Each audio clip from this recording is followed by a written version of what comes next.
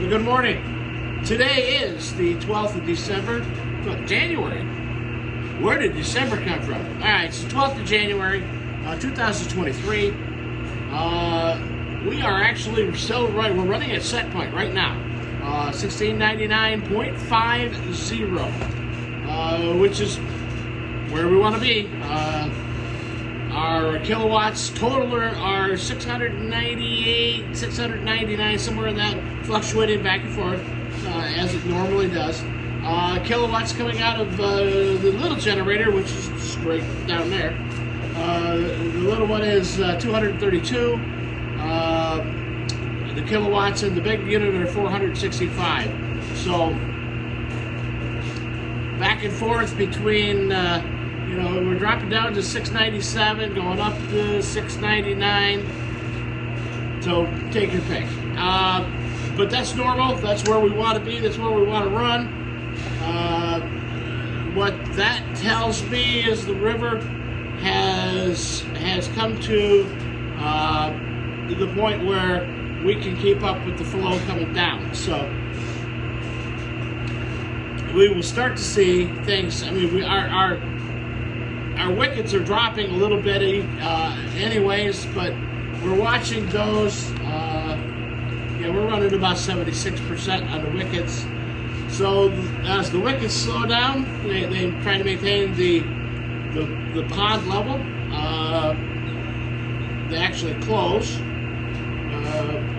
They'll actually be like this. They close like this to stop the water from flowing in.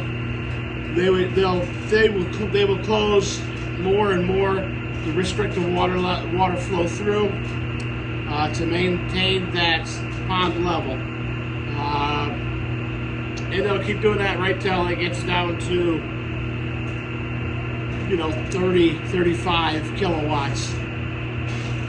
I don't believe we're going to see 35 kilowatts in the near future because today we're going to see some rain. We've had a little bit of snow already this morning, a dusting, but what they had called for, a couple inches, started out with a 5-inch, now it's down to none. Just a rain-snow mix. Freezing rain overnight, freezing rain this afternoon. It could be treacherous. By 5 o'clock, by 4 o'clock this afternoon, it's going to be treacherous. It's going to be straight rain. Temperatures are going to be hovering. At 3 o'clock, it's going to be at 31 degrees. So it's going to get right at our peak drive time. If we actually have something like that, then it's going to freeze over. It's going to flash freeze. It's going to be rough. So we need to be prepared for things to happen for power outages. The problem with power outages, as we spoke before, in the dam is the way that the new system works. The old system, when the power would go out, was really no big deal. Power went out, but when the power came back on, everything restarted. They built a safety feature in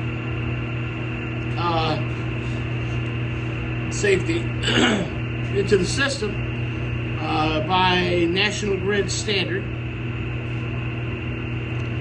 that now when the power goes out because of a line failure on their end, we not only does it automatically trip us off, but we now have to come in and physically turn it back on. So didn't save us anything, didn't do us any favors. I'm supposed to call the line foreman and ask permission to turn the power on, to energize the line. I did that once. It was at 2:30 in the morning. Power was out. I made the phone call. He said, "I don't know why you're calling me." And I said, well, that's what my protocol says I'm supposed to do now. I'm supposed to call you before I turn the breaker back on and send power. And he said, if there's power coming to you, turn it on. And don't bother calling me. So, I don't. So I just come down here and turn it on. If the power's on I can turn the breaker on, the power comes on, the lights come on in the building, the meter lights up, there's power there. That's goes without saying. It's pretty simplified. There's already power on the line, so we're not going to add any extra. So we'll send it that way. But with this kind of weather, I'm not going to risk my life to come down here and turn that on. Nor would they expect me to. But it's just, if it goes out, it goes out. We'll just wait till it comes back on.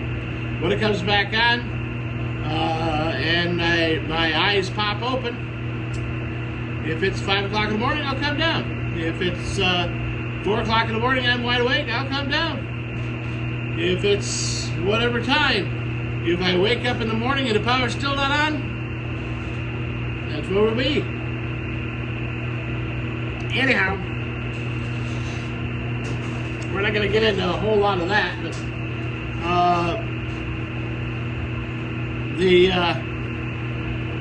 yesterday morning, as I told you, everything got canceled. My plans were, so I knew I had to go pick up parts. So we were going to go to Amsterdam, pick up parts, and the plan was pick up parts. I had medicine at the pharmacy, so I had to pick that up anyways. So it was going to be Amsterdam to Gloversville, back home. Granddaughter called and said, I'm almost out of money. Which meant, Grandpa Bank,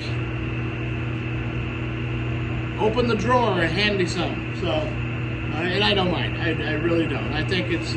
I was telling Sarah's friend Jessica. She was saying, that's over and above. That's not really your job. And blah blah blah. And I said, when you become a grandparent, you become at least the cash register or the ATM. You can give them some money, and because you don't have it. When you're younger, you're raising your kids, you're raising your family. You just don't have any money. As you get older, it seems a little backwards, but you end up having a little bit of money and you can help out. So I don't mind helping out. So we ran her some money. The baby's doing fine. I saw him yesterday. He was 18 inches long. Dropped a couple ounces, which is pretty much normal when they after birth. But they're really anticipating going to be able to come home. Maybe the weekend, maybe the first part of the week. We'll see. At this point, they said all he has to do is be able to maintain his own temperature and gain a few ounces. So, and he's maintaining temperature. He had an IV in, but they were waiting for that to drain and take that out. He was eating well. And he was still on a feeder. But they were talking about taking that out also, and then they would see how he does after that. So things are progressing quickly there. He's doing well. Sarah's doing fantastic. I asked her how she was feeling, and she said, "Well, I feel fine." And I said, "Don't let that get around, because 1 million women in the United States will kill you."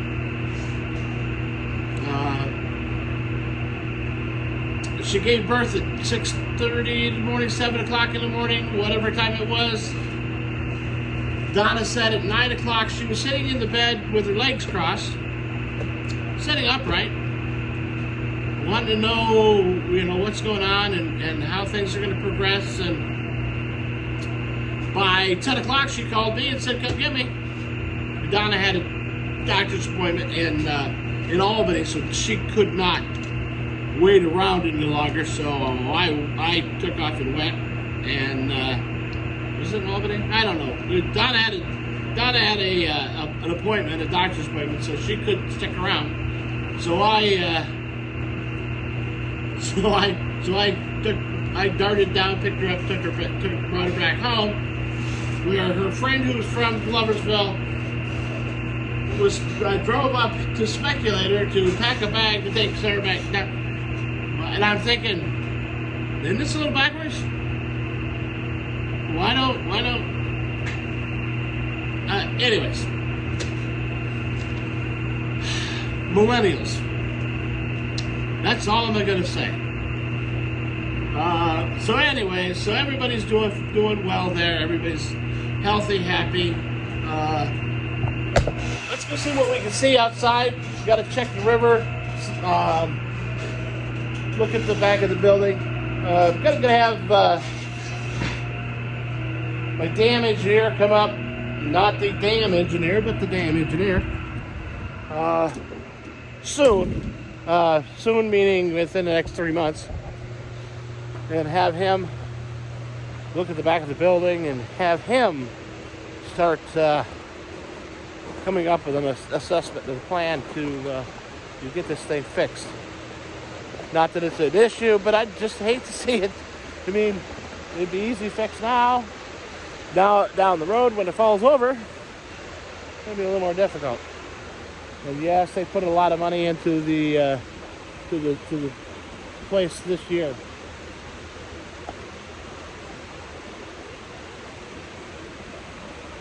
Water running pretty good. Tail race looks great this morning. I'm gonna put in to get estimates on painting the building this summer. I'm hoping to get the back done, but at least the blockwork needs to be painted before it truly just peels off. Which means I'll have to move stuff away. The chickens won't be able to be close to it, but that's okay. We can move stuff around. But it does need. I mean, the paint's peeling. It's 40 years old, so let's get a fresh coat of paint on it. And preserve what we can preserve. Get it sealed up. The yellow stripe that's right there is a visual mark for me. That's the edge where it starts to drop off. So when I'm plowing snow, I know I can go get the front wheel about to that edge and then push snow over. Well, that was true, and a great mark until I was plowing and we hit that rock and we pulled that rock up. I don't need that paint mark anymore, but because of that.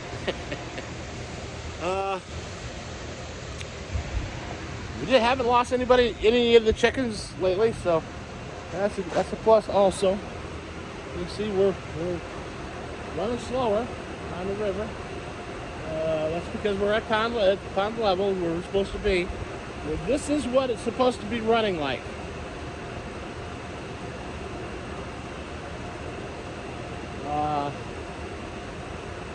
So as you see, there's you could get a kayak in there, I guess, and kayak in the deeper part here, but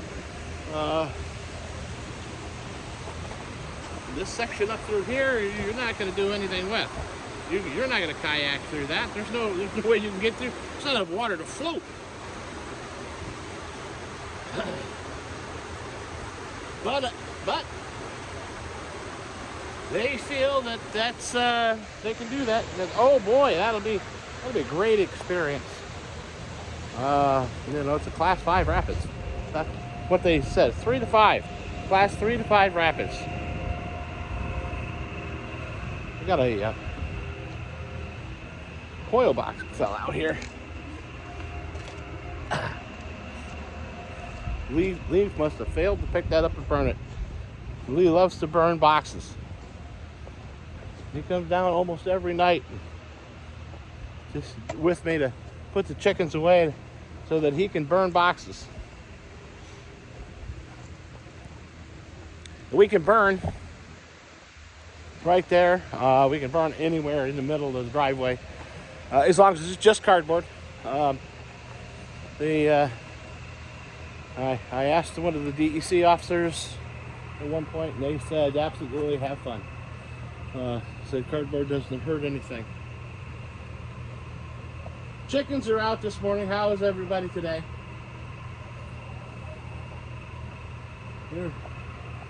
They're hanging out. Egg production's been slow again. I think the chicken that I accidentally stepped on that I killed was one of my good layers. So laying's going to be a little more difficult, a little slower. You can see it's snowing again. The hill's pretty clear. This is I come down yesterday, parked in a weird spot, and slipped a little bit, and Winnie, freaked out a little bit, and yelled at me and said, "Well, you should have your cleats on." Well, this is all gravel. I do wear ice cleats. I'm to that age where you fall down just right, you're going to break a hip. And you don't want to do that. I have enough problems health-wise to start with. I moved the tractor head this morning to try to get air in the tire again, and it didn't work. So we're not quite above freezing. I kind of rinsed it off with a bucket of water to get some of the calcium chloride off of it. I don't know if loading the tires is such a good idea, but I did. Anyways, so today we're gonna go back and I picked up the parts for the finish the generator install. I'm only going to be able to do the electrical end of it today, simply because I don't know when the propane company's coming to do their part. But I got to pick up a battery, put that in. Batteries, if you haven't bought one lately, are astronomical. But I'm going to buy a battery, and it's a small. This generator runs with like a lawnmower battery.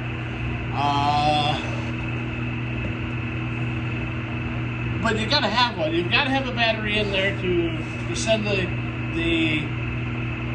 currents into the excitation winding. What that does is generate a power source in there. Makes sure that your north and your south poles all the way around the rotor. Well, it does it on the stator. The rotor then spins, picks that up, sends it out. So you've got to have 12 volts to start with, relative 12 volts. And so you always got to have a battery. There's always a battery tender that's on the generator, at least on a Generac there is. Your gasoline-powered ones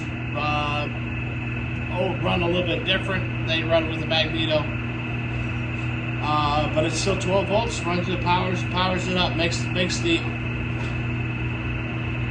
alternator run. It works the same way as your car alternator. Now you've got to send voltage into it to get the power out of it. Well, the voltage comes out of the battery, so you can't run anymore.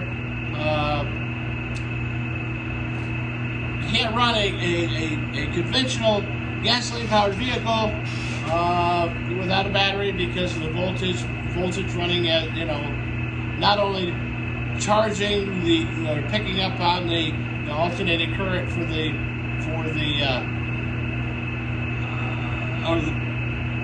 for the electrical system in the car, but also they got to make the spark. So your all alternators are DC. They convert over to AC at a point where they need to, and they also convert to DC. It works the same way. So basically, a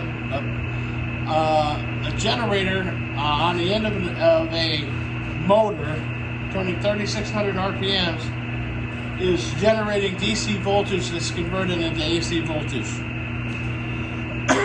So it's got to run through a converter. Converters used to be little blocks that you could buy. Had a dial in it, you tuned it in. Those days are gone. It's all integrated into a control panel. Used to be you'd be able to buy a module for the battery charger, and they were about $125. Or you could buy the module, bolt-on module. This is a bolt-on module for your voltage, to adjust your voltage. But those days are all gone. It's all integrated in one board. That board now costs about $800. So, although there's less problems with the new boards, so I have to say that they've worked out some of the kinks in it. So you just got to be careful. Anyways. That being said, we're going to finish up that generator today. We've got the electrical cable to do that. We picked up the reducers and the stuff that we needed. So we'll get that wired. Hopefully, unless it starts raining, and then we're not going to do that. Got to see my buddy Dean. I've got to change a circulator for him.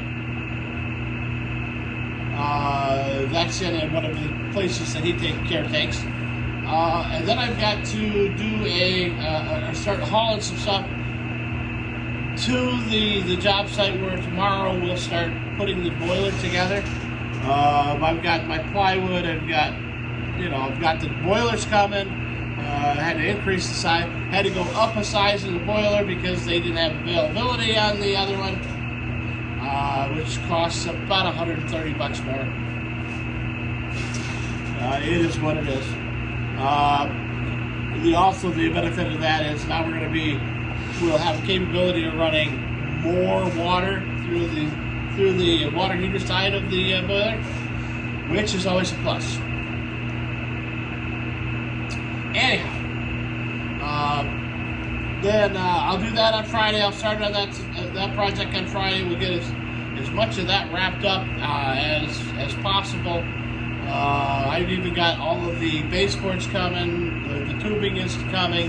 So the plan is we will concentrate on putting the boiler together.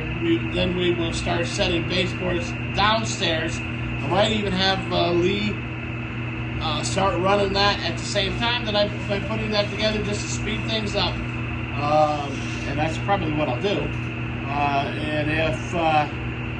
And then on Saturday morning, I'm going to have to go up to my friend Vladimir's, my adopted Russian family. They adopted me. Vladimir's is a scientist, one of the leading scientists on the Antarctic expedition. His wife is truly a NASA rocket scientist. They are both from Georgia, not Atlanta, Georgia, but Soviet Union, Georgia. They're a very fun couple. And she's kind of adopted me as her other child. So he said, I've got a reverse osmosis water system to put in. And there's something that just goes under the counter. So we're going to put one of those in, And he said, "Oh yeah, and we bought your Christmas presents." So Vladimir, he's funny. He is a funny guy. Yeah, I really like him, and you know, when they call, it's whatever we need to do, we'll do it. We'll take care of it. We put in 3 of the mini split systems in his house. The heat pump, air conditioning combos. We did one. I said, I don't know if it'll work or not. Let's just give it a try. And we used the Mr. Cool DIYs. And they were quick. They were easy to install. So if you're looking at them and doing a system where you can do it, you know, with 25 feet of your house, I would highly recommend it. Put it together. You can do it yourself. You don't need to. The couplers are designed so that they're holding the Freon charge. There's already a vacuum in the tubing. You put the thing together, you open it up, turn it, and plug it in, and it's you know, plug it in, go. So remarkable stuff. And all 3 of his are the same. For the difference in the price of buying a line set, vacuuming it out, you know, running your nitrogen through it, getting your, you know, soldering it together, the DIY is far superior, far quicker.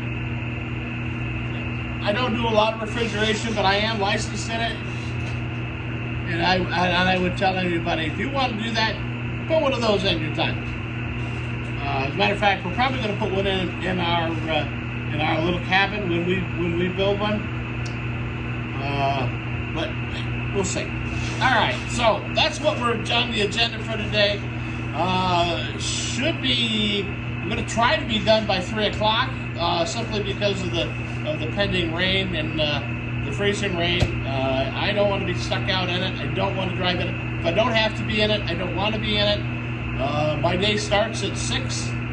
So if you work 8 hours a day, 6 to 2, you're done. Anyways, so that's what we're at today. Hopefully everything's going well for you. Again, take care of each other because you don't have anybody else. A lot of people forget that. They want to take care of themselves, and then down the road, there's no help. Remember that. Take care of each other as you take care of yourself. All right. You guys have a good day.